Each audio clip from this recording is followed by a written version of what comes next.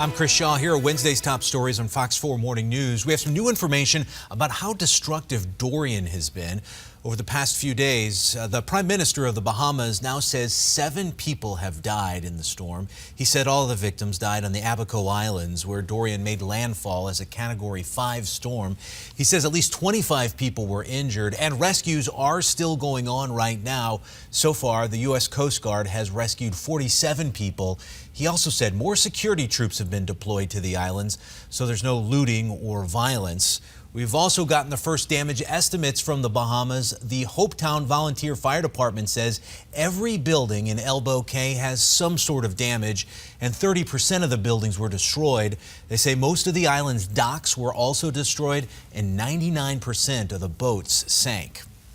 People in Southwest Florida are rolling up their sleeves to help the people who were slammed by Dorian. And Friday, they will go to the Bahamas to help the people in the aftermath of the hurricane. People who work at All Out Bail Bonds in downtown Fort Myers are collecting medical supplies, non-perishable food, and gallons of water to donate. They're taking boats to deliver the donations to people who live on Abaco, one of the worst hit islands.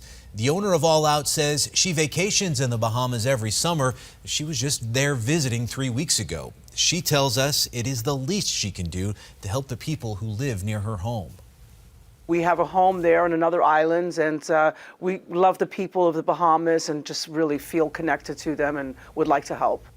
Other local groups are also working to provide medical aid to the people there and rescue abandoned animals and bring them back to the U.S. for adoption.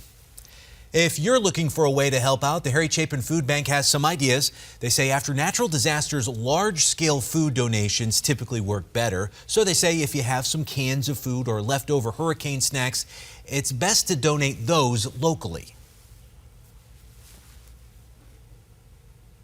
East Coast or in the Bahamas, then the best thing to do, honestly, is to give money.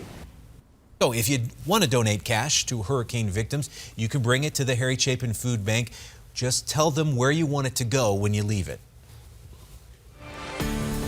I'm Fox 4 meteorologist Trent Eric. We continue to track Dorian as it moves up the coastline of Florida, paralleling the coast for a majority of the day, moving north-northwest at 8 miles per hour. Around the storm, a pretty significant rain band down south of the Florida Keys, and we've seen a few morning showers move through, mainly in Collier County. But dry areas forecast to start to slide in our area today. Our winds will pick up between 10 and 15 miles per hour, gusting to 20.